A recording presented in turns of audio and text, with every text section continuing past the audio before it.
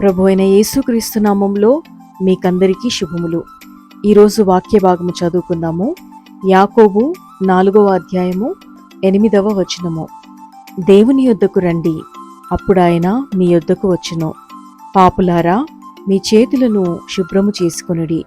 ద్విమనస్కులారా, మీ హృదయములను పరిశుద్ధపరచుకొనుడి. Draw nigh to God, and he will draw nigh to you. Cleanse your hands, ye sinners, and purify your hearts, ye double-minded. చదవబడిన ఈ వాక్యాన్ని అనుసరించి ఈరోజు దైవిక స్ఫూర్తిని ధ్యానించుకుందాము. Through Jesus, God has opened the door for us to come to him. ప్రభు అయిన యేసుక్రీస్తు ద్వారా తండ్రిని చేరుటకు మనకు మార్గం తెరవబడింది. And when we respond to his invitation by drawing nearer, he closes the gap too.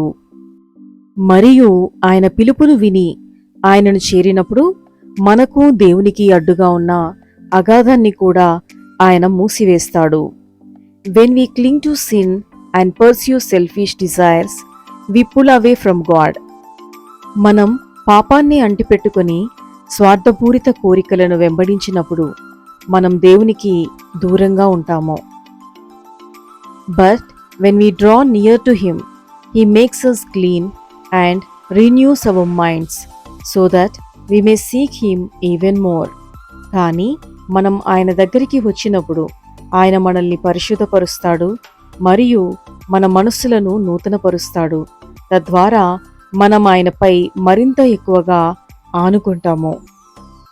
అట్టి కృపను ప్రభువు మనకు దయచేయునుగాక. ప్రార్థన. Thank you for calling me to yourself, Lord. I confess that the draw of sin still tempts me. ప్రభువా, పాపం నన్ను ఇంకా ఆకర్షిస్తూనే ఉన్నప్పటికీ, ఇంకా నేను పాపిగానే ఉన్నప్పటికీ నన్ను మీ యొద్దకు పిలిచినందుకు ధన్యవాదాలు.